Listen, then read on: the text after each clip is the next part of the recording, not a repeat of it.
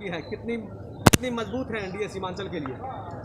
बहुत ही मजबूत है, क्योंकि जिस तरह से एनडीए की सरकार पे लोगों को भरोसा जगा है और एनडीए की सरकार ने जिस तरह से काम किया है, तो हम लोग घूम रहे हैं, पूरे बिहार में ही घूम रहे हैं, तो देख रहे हैं कि लोगों का भरोसा है, विश्वास है और एक बार फिर से एनडीए की सरकार बन रही है। विपक्ष कितना मजबूत है? कांग्रेस कह रहे हैं सीमांचल हमारा है, सीमांचल में हमारे सामने कोई नहीं है। वो लोग भी अपना काम कर रहे हैं, मेहनत कर रहे हैं और अच्छी बात है।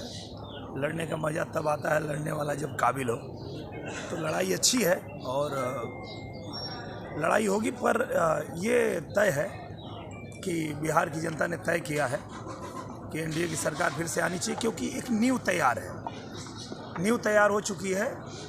अब उस पर कितना सुंदर महल बनाना है, ये तय करेगा इस बार का इलेक्शन। प्रधानमंत्री ने कहा था कि जो विपक्ष को भारत माता की जय बोलने में बुखार लगता है, कितना सही मानते हैं? क्या विपक्ष को सही में भारत माता की जय बोलने में?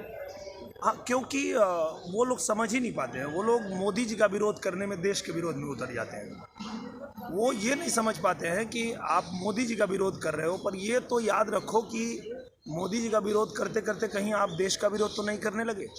पर हुआ यही है कि जो विपक्ष है वो मोदी जी की गलतियां निकालने के चक्कर में, मोदी जी का विरोध करने के चक्कर में देश के विरोध में ही उतर चुका है।